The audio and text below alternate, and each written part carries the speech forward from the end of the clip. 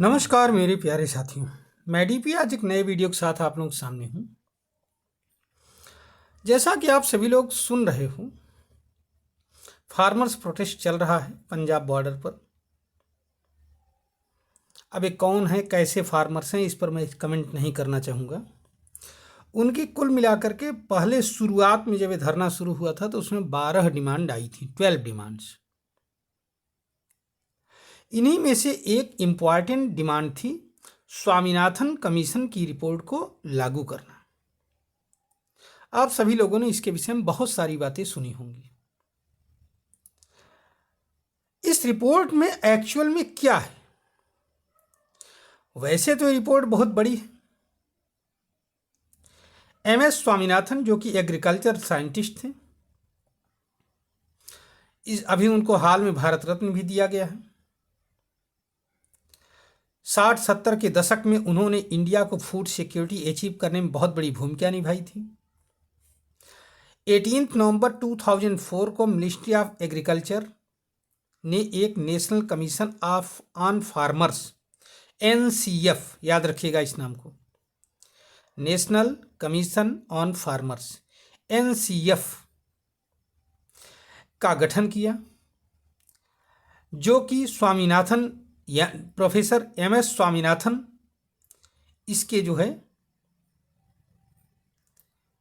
इन्हीं के चेयरमैनशिप में बनाई गई थी। ठीक है। और इसमें फुल टाइम मेंबर थे 2, डॉक्टर राम बदन सिंह, MYC नंदा। ठीक है।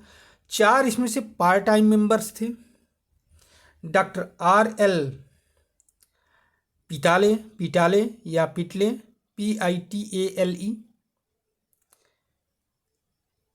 जगदीश प्रधान, चंदा निम्बकार, अतुल कुमार अंजान। ठीक है। और एक मेंबर सेक्रेटरी थे अतुल सिन्हा। इतने लोगों के अंडर में एक कमीशन बनाया गया था, ये NCF बनाया गया था, नेशनल कमीशन ऑन फार्मर्स। इस कमीशन ने अपनी रिपोर्ट 2006 को दी थी। आइए थोड़ा सा इस पर हम लोग चर्चा करते हैं और जानने की कोशिश करते हैं कि आखिरकार इस कमीशन ने क्या कहा। अच्छा, ये पूरा रिपोर्ट पढ़ना बड़ा मुश्किल काम है, क्योंकि ये रिपोर्ट पूरा 1946 पेजेस की है। 5 रिपोर्ट सबमिट की गई थी NCF के द्वारा। 5 रिपोर्ट्स 5 वॉल्यूम में, मतलब ये मान के चलिए। ठीक है। अब इनमें क्या क्या है? अब 1000 लगभग 2000 पेज की रिपोर्ट है, 1946 पेज की। इसको पूरा पढ़ के बता पाना तो मुश्किल काम है, लेकिन इस पर एक वो आया, इंडियन एक्सप्रेस में एक आर्टिकल छपा है, हरकिशन शर्मा जो कि इंडियन एक्सप्रेस के सीनियर असिस्टेंट एडिटर हैं, उनका एक लेख है। उसी लेख के कुछ अंश को मैं आपको पढ़ करके बताने जा रहा हूं कि वास्तव में इस कमीशन में क्या कहा गया है और इस कमीशन की रिपोर्ट को कैसे जो है किसान अपने हित के हिसाब से एक्सप्लेन कर रहे हैं। इसको भी आप लोगों को समझना है और जानना है। फिर आपको स्वयं निर्णय करना है कि वास्तव में इस रिपोर्ट में क्या है और ये कैसे किसानों के लिए हितकारी है अहितकारी है, ये आप पर है। तो इस रिपोर्ट में जैसा कि मैंने बताया कि 5 वॉल्यूम्स की ये पूरी रिपोर्ट है। 5 वॉल्यूम में 5 रिपोर्ट सबमिट की गई थी। 2 साल में दिसंबर 2004 से अक्टूबर 2006 के बीच तक इस पर काम चला है। NCF ने 5 रिपोर्ट्स को सबमिट किया था। लगभग 1946 पेजेस की रिपोर्ट है। ठीक है। हालांकि इस रिपोर्ट में फार्मर्स के प्रति बहुत ज़्यादा सिंपैथेटिक मतलब कि वो रखा गया है, विचार रखा गया है। ठीक है। लेकिन फिर भी इसमें क्या है, अब आइए ज़रा सा इसमें कुछ इम्पॉर्टेंट बातें जो हैं क्या हैं इस रिपोर्ट की, इसको हम लोग देखते हैं। क्या है? पहली बात तो ये हम जान लें कि इसमें फर्स्ट जो रिपोर्ट आई 245 पेज की थी, ठीक है। इसका टाइटल था serving farmer and saving farming. First report की 5 रिपोर्ट हैं इसकी, ध्यान रखिएगा। फर्स्ट रिपोर्ट की serving farmers and saving farmings. इसमें क्या है कि एक्यूट एग्रीकल्चरल डिस्ट्रेस जो कि आजकल कंट्री में दिखाई पड़ रही थी उस समय, उसके विषय में चर्चा की गई है। समझ में आया? इसमें कई चीज़ें बताई गई हैं, लेकिन कुछ इंपॉर्टेंट पॉइंट्स जो बताया गया है वो कुछ इस तरह से है कि इसमें वुमेन के लिए एग्रीकल्चर में एक नए एस्पेक्ट से देखा गया है कि अगर वुमेन को इससे इन्वॉल्व किया जाए तो कहीं एग्रीकल्चर हमारी ज़्यादा फायदेमंद होगी, ज़्यादा सेहतमंद हो सकती है, ठीक है। तो इसमें लिखा गया है कि need to ensure that working women have the needed support services and have access to timely credit and extension services। ये इसका जिस्ट निकल करके आया है वुमेन के लिए, ठीक है। इसका मतलब यही हुआ कि वर्किंग जो एग्रीकल्चर में लगी हुई वुमेन्स हैं उनको सर्विसेज और जो भी थोड़ी मोड़ी सहायता है उसको तुरंत उसमें वृद्धि किया जाए, क्रेडिट वगैरह जो दी जाती है उनको दिया जाए, तो इससे ज़्यादा कुछ संभावना निकल करके आ रही है एग्रीकल्चर में ग्रोथ की, ठीक है। इसमें यह भी कहा गया है कि एक national board for new deal for women agriculture बनाया जाए। किसके अंडर में नेशनल बोर्ड बनेगा? Union food and agriculture minister के अंडर में, यूनियन मिनिस्टर्स के साथ मिल करके, ठीक है। इसमें वुमेन और चाइल्ड डेवलपमेंट, रूरल डेवलपमेंट, पंचायती राज, ठीक है, इन सबको जो है शामिल किया जाए और इसके बेसिस पर जो है रिपोर्टें तैयार की जाए, ठीक है। इसमें यह भी बताया गया है कि farm school should be established. Farm मतलब कि ऐसे स्कूल्स इस्टेब्लिश किए जाए जहाँ खेती संबंधित बातों को सिखाई जाए, नए नए इनोवेशंस बताए जाएं। समझ रहे हैं? 50,000 फार्म स्कूल्स पूरे कंट्री में खोले जाने की बात की गई थी। इसके लिए 150 करोड़ के इन्वेस्टमेंट की भी एस्टिमेशन किया गया था। समझ रहे हैं? अब आइए दूसरी जो सेकंड रिपोर्ट है उसमें क्या कहा गया है। ये थोड़ा सा वीडियो लंबी होगी मेरे साथियों, लेकिन इसको आप लोग सुनने की कोशिश करना। 471 पेजेस की सेकंड रिपोर्ट थी, ठीक है।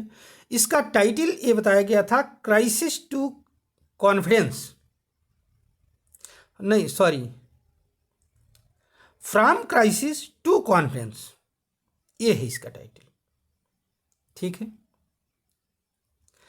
इसमें क्या किया गया? इसमें कुछ कोड ऑफ कंडक्ट्स बताए गए कॉन्ट्रैक्ट फार्मिंग की। अब यहां पर बहुत इंपॉर्टेंट बात है कि ये जो सेकंड रिपोर्ट थी इसमें कॉन्ट्रैक्ट फार्मिंग के कोड ऑफ कंडक्ट बताए गए थे। इसमें यह कहा गया कि एपीएमसी एक्ट में कुछ संशोधन किया जाए, ठीक है। इसेंशियल कमोडिटीज एक्ट में कुछ संशोधन किया जाए, ठीक है। और उसके बेसिस पर कॉन्ट्रैक्ट फार्मिंग को बढ़ावा दिया जाए। मोदी गवर्नमेंट जो 2020 में जो बिल ले आई थी, 3 किसान बिल, उसमें वो इसी के रास्ते पर एक कदम था, लेकिन विरोध करके उस समय तथाकथित कुछ किसान संगठनों ने इसको सरकार से वापस करवा दिया। समझ रहे हैं? बहुत इंपॉर्टेंट पॉइंट है जो कि सेकंड रिपोर्ट, अब इसकी चर्चा कोई किसान आंदोलन वाला नहीं कर रहा है। सेकेंड रिपोर्ट की, फिर से जानिए, फ्रॉम क्राइसिस टू कॉन्फिडेंस, इसकी चर्चा कोई नहीं कर रहा है। समझ रहे हैं? यहां पर state agriculture produce marketing act को भी संशोधित करने की बात की गई थी, जो संशोधित किया भी गया था अभी हाल में 2020 वाले कानून में, लेकिन उसको खारिज कर दिया गया। उसको अभी तो फिलहाल तो सस्पेंड कर ही दिया गया है, लागू नहीं किया गया है, जो जिस पर कदम मोदी गवर्नमेंट बढ़ा रही थी, लेकिन उसको नहीं लागू किया गया। समझ रहे हैं? कमीशन ये कहता है कि मार्केट जो है वो क्या होना चाहिए, फी एंड अदर चार्जेस जो भी वो होने लगे उसको रेशनलाइज किया जाए, बेचने के लिए जो चार्जेस लगते हैं। समझ रहे हैं? Urgent need to undertake the review of essential commodities act, ये रिपोर्ट कहती है, स्वामीनाथन कमीशन की report, and other legal instruments covering the marketing, storing and processing of agricultural produce. ठीक है? Some of these acts and the orders appears to have outlived their utility. ये कहती है report कि इसमें संशोधन किया जाए, इसमें से कुछ ऐसे प्रावधान हैं जो कि बेकार हो चुके हैं, खत्म हो चुके हैं, अब उनका कोई मतलब नहीं है। समझ रहे हैं? उसके बाद में इसमें यह भी कहा गया है कि ये कोड ऑफ कंडक्ट बनाया जाए, फार्मर्स को केंद्र में रखते हुए कोड ऑफ कंडक्ट, काहे के लिए, कॉन्ट्रैक्ट फार्मिंग के लिए, जो कि जिस पर मोदी गवर्नमेंट ने जब कदम बढ़ाया था तो उसको ख़त्म कर दिया गया। देखिए इसमें रिपोर्ट कहती है, द गवर्नमेंट में work out a farmer centric code of conduct for contract farming arrangement which should form the basis of all contract farming agreements. समझ रहे हैं? अब यहां पर यह भी बात है। दूसरी बात यह है कि एक कमीशन रिकमेंड किया गया था भविष्य के लिए। ठीक है? काहे के लिए, एग्रीकल्चरल कमोडिटीज के लिए, कि एग्रीकल्चरल जो कमोडिटीज है उनकी मार्केटिंग के सुपरविजन के लिए, उनके रेगुलेशन के लिए, और वो ऑटोनॉमस बॉडी को सेबी की तरफ पावर दिया जाना चाहिए। जैसे stock exchange board of India है सेबी, उसी की तरह उसके पास पावर होने चाहिए, पूरे इंडिया का एक होना चाहिए, और वहीं देख रेख करे प्राइस की। अब आइए आगे, नेक्स्ट रिपोर्ट इसमें क्या कहती है। स्वामीनाथन कमीशन में जो है, पहली बात तो ये ध्यान रखिए, जो बार बार चर्चा हो रही है C2, इसकी कोई जिक्र नहीं, कोई जिक्र नहीं। समझ रहे हैं? अब यहां पर यह कहा गया है कि actual cost of production plus 50%, जो कि प्रोटेस्टिंग फार्मर्स बार बार मांग रहे हैं। समझ रहे हैं? इसकी कोई जिक्र नहीं है। पहली बात तो delay in issue of the minimum support price particularly in respect of kharif crop needs to be avoided, इनका ये कहना था एमएसपी से संबंधित, कि कैसे एमएसपी जो है कैसे रिकमेंडेशंस के बेसिस पर होगा। तो 2 रिकमेंडेशन किए गए थे इसमें। क्या कहा गया था? पहला कि delay in issue of the minimum support price particularly in respect of the kharif crop needs to be avoided, इसको अवॉइड किया जाए अगर जो डिले हो रहा है तो। दूसरी क्या कर रही है? Implementation of MSP across the region needs improvement. ठीक है? पूरे किसी विशेष क्षेत्र में अगर हम वो करें, इम्प्लीमेंटेशन कर रहे हैं, तो उसको जो है इम्प्रूव करने की जरूरत है। ठीक है? कमीशन ने यह भी नोट किया है कि except Punjab, Haryana, UP, Andhra Pradesh and to some extent the prices of agricultural commodities covered under MSP often rule below the MSP in the absence of any government intervention। अगर गवर्नमेंट का जो है इंटरवेंशन नहीं होता है तो यहाँ पर जो है बिलो दी MSP चीज़ें खरीद ली जाती हैं। तो इसलिए बार बार ये कहा जा रहा है कि गवर्नमेंट के इंटरवेंशन में एग्रीकल्चरल कमोडिटीज़ की प्राइसेस फिक्स किया। समझ रहे हैं? डिस्पाइट वीकनेस, अब ये एमएसपी की वीकनेस है, समझ रहे हैं, लेकिन इसके बावजूद कमीशन ये कह रहा है कि एमएसपी को कंटिन्यू किया जाना चाहिए। ये वीकनेस है, मतलब ये गवर्नमेंट की अगर दखलंदाजी नहीं है तो एमएसपी के नीचे लोग खरीद रहे हैं खूब धड़ल्ले से, लेकिन इन कमियों के बावजूद, समझ रहे हैं, एमएसपी को कंटिन्यू किया जाना चाहिए, ऐसा कर रहा है।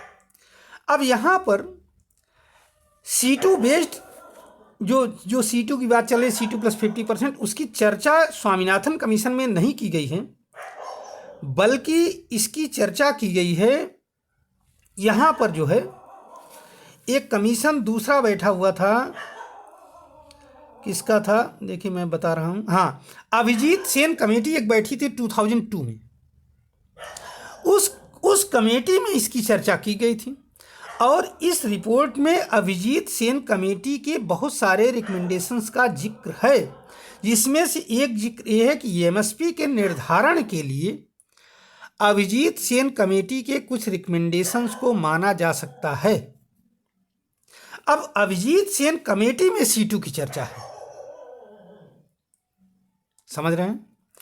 अभिजीत सेन कमेटी क्या कहती है, एमएसपी का निर्धारण कैसे किया जाना चाहिए, फेयर एवरेज क्वालिटी ग्रेन के लिए, समझ रहे हैं, एक जो है क्या बनाया जाए, CACP, क्या बनाया जाए, CACP क्या चीज़ है, CACP है commission for agricultural cost and prices, और यही रिकमेंड करेगी एमएसपी के लिए। इसकी चर्चा स्वामीनाथन कमीशन में भी है CACP की, यही अभिजीत सेन कमेटी के बेस पर। तो अभिजीत सेन कमेटी ये कहती है कि CACP को स्ट्रिक्टली लागू किया जाना चाहिए, किस पर, C2 माने कॉस्ट ऑफ प्रोडक्शन। अब इस C2 में शामिल क्या क्या है, C2 में शामिल है all cost including imputed cost of the family labour, जो डीजल पेट्रोल जो भी लग रहा है, बीज कीटनाशक खाद, ये सब भी जोड़ा जाए, प्लस जो फैमिली लेबर कर रही है उनकी मजदूरी को भी इसमें जोड़ा जाए C2 कमीशन में, C2 प्लस 50% जो प्रॉफिट और जो गेन होना चाहिए, समझ रहे हैं? लेकिन इस चीज का जिक्र एज सच स्वामीनाथन कमीशन में नहीं है, जिसकी बात बार बार कही जा रही है। अभिजीत सेन कमेटी का थोड़ा सा जिक्र है स्वामीनाथन कमीशन में। अभिजीत सेन कमेटी इस बात को रिकमेंड करती है C2 + 50%, लेकिन स्वामीनाथन कमीशन में इसका जिक्र नहीं। अब यहां पर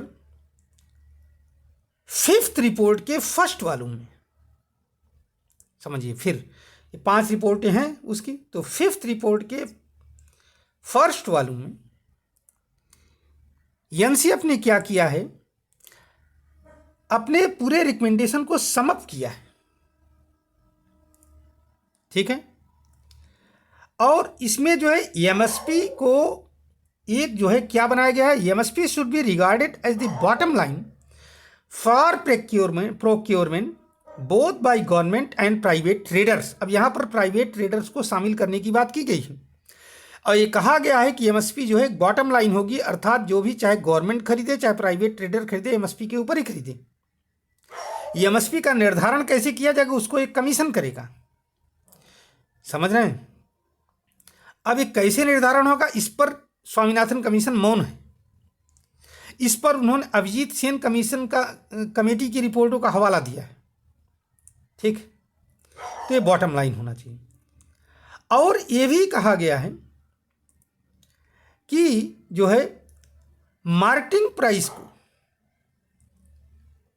प्रिवेल करते हुए government should produce staple grain needed for PDS procure, government should procure staple food grains needed for PDS and at the same price।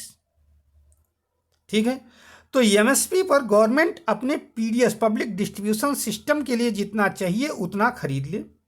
उसके बाद में ये कहा गया है जो प्राइवेट ट्रेडर्स होंगे वो भी एमएसपी के ही हिसाब से, गवर्नमेंट के हिसाब से फार्मर से खरीदेंगे या उससे ऊपर खरीदेंगे। समझ रहे हैं? अब यहां पर जो सीएसीपी कमीशन है वो क्या है, उसके विषय में कहा गया है कि एक ऑटोनॉमस बॉडी होनी चाहिए, स्टैट्यूटरी ऑर्गेनाइजेशन होनी चाहिए। समझ रहे हैं? और इसका जो भी रिकमेंडेशंस होने चाहिए प्राइसेस के लिए, समझ रहे हैं, वो जो है वो मतलब ड्राई और इरिगेटेड एरिया दोनों को मिला करके होना चाहिए। Minimum support price should be at least 50% more than the weighted average cost of production.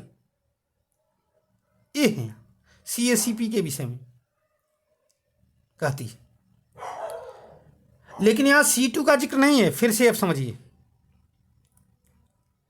तो यहां पर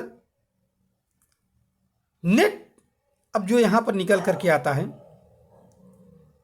इसको कहा गया है कि net take home income of the farmer should be comparable to those of the civil servants. ठीक है, अब यहां पर सवाल ये पैदा होता है कि इनमें से बहुत सारी चीजें जिनको स्वामीनाथन ने कहा था उसको लागू नहीं करने पा रही है सरकार, या फार्मर्स उसकी डिमांड नहीं कर रहे हैं, और बहुत सारी चीजें जिनका जिक्र नहीं है ऐसा कमीशन रिपोर्ट में, उनको फार्मर्स लागू करने के लिए कह रहे हैं।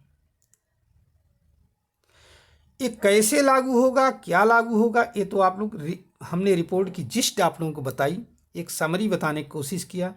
हो सकता है हमारे इस पॉइंट्स में, क्योंकि हमारी भी रिपोर्ट दूसरे के बेस पर है, हरिकिशन शर्मा की रिपोर्ट के बेस पर है, इंडियन जो कि सीनियर असिस्टेंट एडिटर हैं इंडियन एक्सप्रेस के। अगर इसमें कुछ छूट गई तो आप लोग कमेंट में लिखिए। धन्यवाद, नमस्कार, जय हिंद, जय भारत, वंदे मातरम। वैसे रिपोर्ट बहुत लंबी हो गई, मैं उम्मीद करूंगा कि आप लोग इसको देखेंगे। धन्यवाद।